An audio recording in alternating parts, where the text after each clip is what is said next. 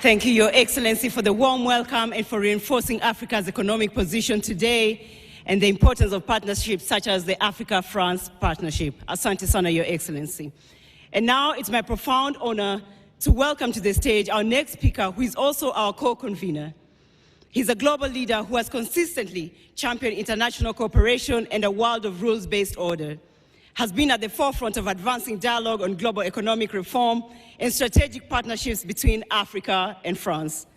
Please welcome to the stage His Excellency, Mr. Emmanuel Macron, President of the Republic of France. Bienvenue, Monsieur le Président.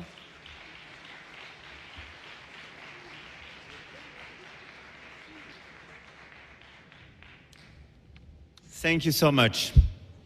Mr. President, dear William, Your Majesty, Head of State and Governments, Secretary General of Permanent Commission of the African Union, Secretary General of Francophonie, Ministers, Ambassadors, Entrepreneurs, ladies and gentlemen, Asante sana, Mr. President. And I will switch in French, if you allow me. Le président a tout dit.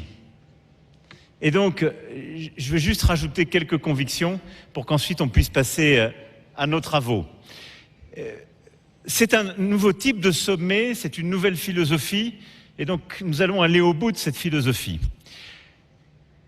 D'abord, ce sommet a commencé par des rencontres de la jeunesse, des entreprises, de la culture, du sport. Et d'ailleurs, nous allons, juste après cette session, rencontrer des représentants du monde de l'entreprise qui vont nous dire leurs conclusions et on va échanger avec eux. Et au fond, la conviction que je voudrais partager avec vous, c'est que l'agenda que le continent africain et la France doivent avoir, celui auquel en tout cas je crois, n'est en aucun cas de regarder en arrière, ni à gauche ou à droite, comme dirait mon ami le président Ruto, mais de regarder en effet devant.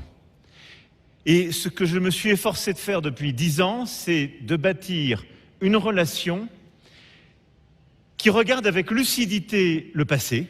Et donc on a eu ce travail qui a été fait avec l'Algérie, le Cameroun, le Rwanda et plusieurs autres, qui regarde avec courage le présent et qui a restitué les œuvres d'art, qui veut réinventer la relation monétaire et économique, qui veut investir dans le sport, dans les industries culturelles et créatives, dans le co-investissement avec le continent, et qui, avec respect, veut être aux côtés de l'Afrique pour son propre agenda. Et donc la relation entre l'Afrique et la France, telle que nous la voyons, telle que nous la pensons, telle que nous l'agissons, elle est fondée en effet sur la lucidité, le courage, le respect, et une volonté d'avoir, au fond, un agenda partagé. Ça, c'est ce qu'on a fait depuis 10 ans. On y est longuement revenu hier et je ne veux pas être plus long. Pourquoi je suis convaincu que c'est encore plus vrai aujourd'hui qu'il y a 10 ans? Parce que les défis de l'Afrique et de l'Europe sont les mêmes. Nous voulons la paix, la prospérité, la souveraineté. L'Europe s'est battue pour cela.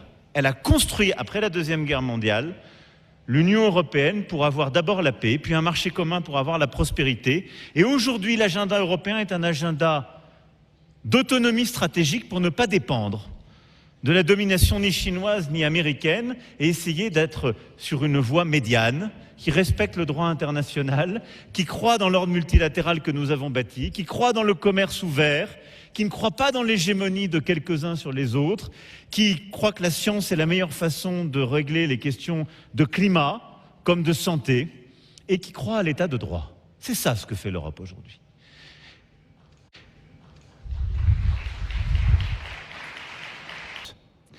C'est pourquoi, pour le réussir, on a voulu mobiliser le secteur privé, et hier on a annoncé, ce qui est une première, grâce à ce forum d'affaires, 23 milliards d'euros d'investissement privé, d'investissement d'entreprises, de fonds d'investissement, du secteur totalement privé en Afrique. Ces 23 milliards d'investissements, ce sont 14 milliards d'investissements des entreprises françaises dans les pays africains et 9 milliards d'investissements des entreprises et business leaders africains sur le continent. Cette réalisation en elle-même, c'est un vrai choc qui illustre la force de ce que je suis en train de vous dire et le fait que c'est aussi un sommet d'action.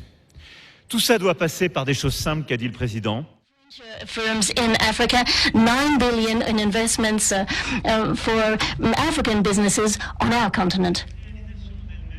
Sorry, on your continent. And so this, we are hoping, will be the jolt that we need to inject more momentum into the process. All of this is going to, as President Ruto said, be based on quite simple things. A new partnership for sustainable agriculture, for having tax and financial policies that are more consistent. It's also going to mean that we can mobilize international funding better, be it the World Bank, be it with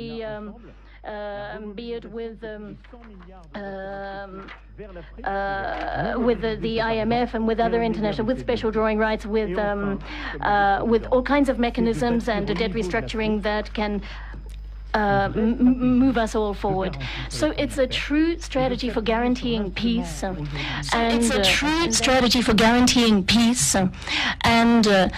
is why the ITD here in Nairobi is so important. We're going to be able to work with you, with the ATD, so as to move forward so that ATD can play its full role continent-wide and in this way prove successful. This strategy is a whole new paradigm shift, and it's going to require a new financial paradigm shift.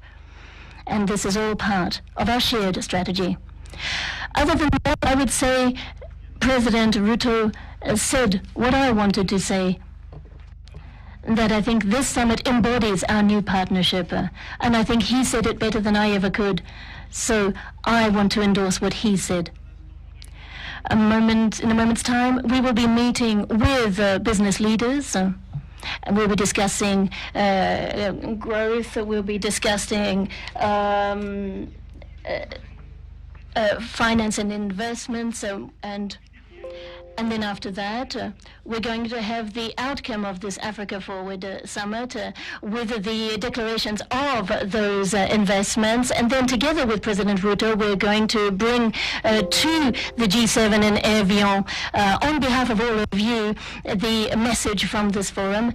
And then throughout the year, at the IMF, World Bank, at the UN, we are going to show UN, we are going to showcase and push this shared agenda.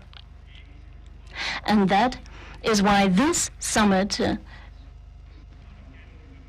my opinion, is going to enable us to jointly set forward our upcoming path.